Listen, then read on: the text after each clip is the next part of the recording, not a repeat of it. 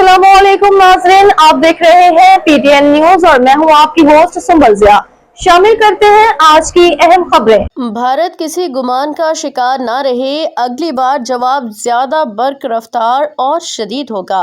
Chief of defence forces field marshal Syed Asim Munir का तीनों मुसल्लह अफवाज के अफसरान से खिताब। Forces field marshal Syed Asim Munir ने कहा है कि भारत किसी खुद फरेबी या गुमान का शिकार न रहे। अगली बार पाकिस्तान का जवाब इससे भी बर्क रफ्तार और शदीद होगा।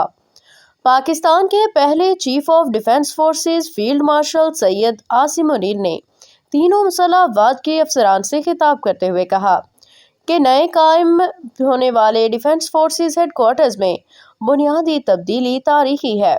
बढ़ते और बदलते हुए खतरात के पेश नज़र ज़रूरी है कि हम मल्टी डोमेन ऑपरेशंस को तीनों अफवाज के मुत्तहिद निज़ाम के तहत मज़ीद बेहतर करें।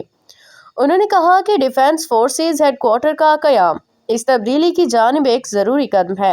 हर सर्विस अपनी ऑपरेशनल तैयारियों के लिए अपनी इनफरादियत बरकरार रखेगी।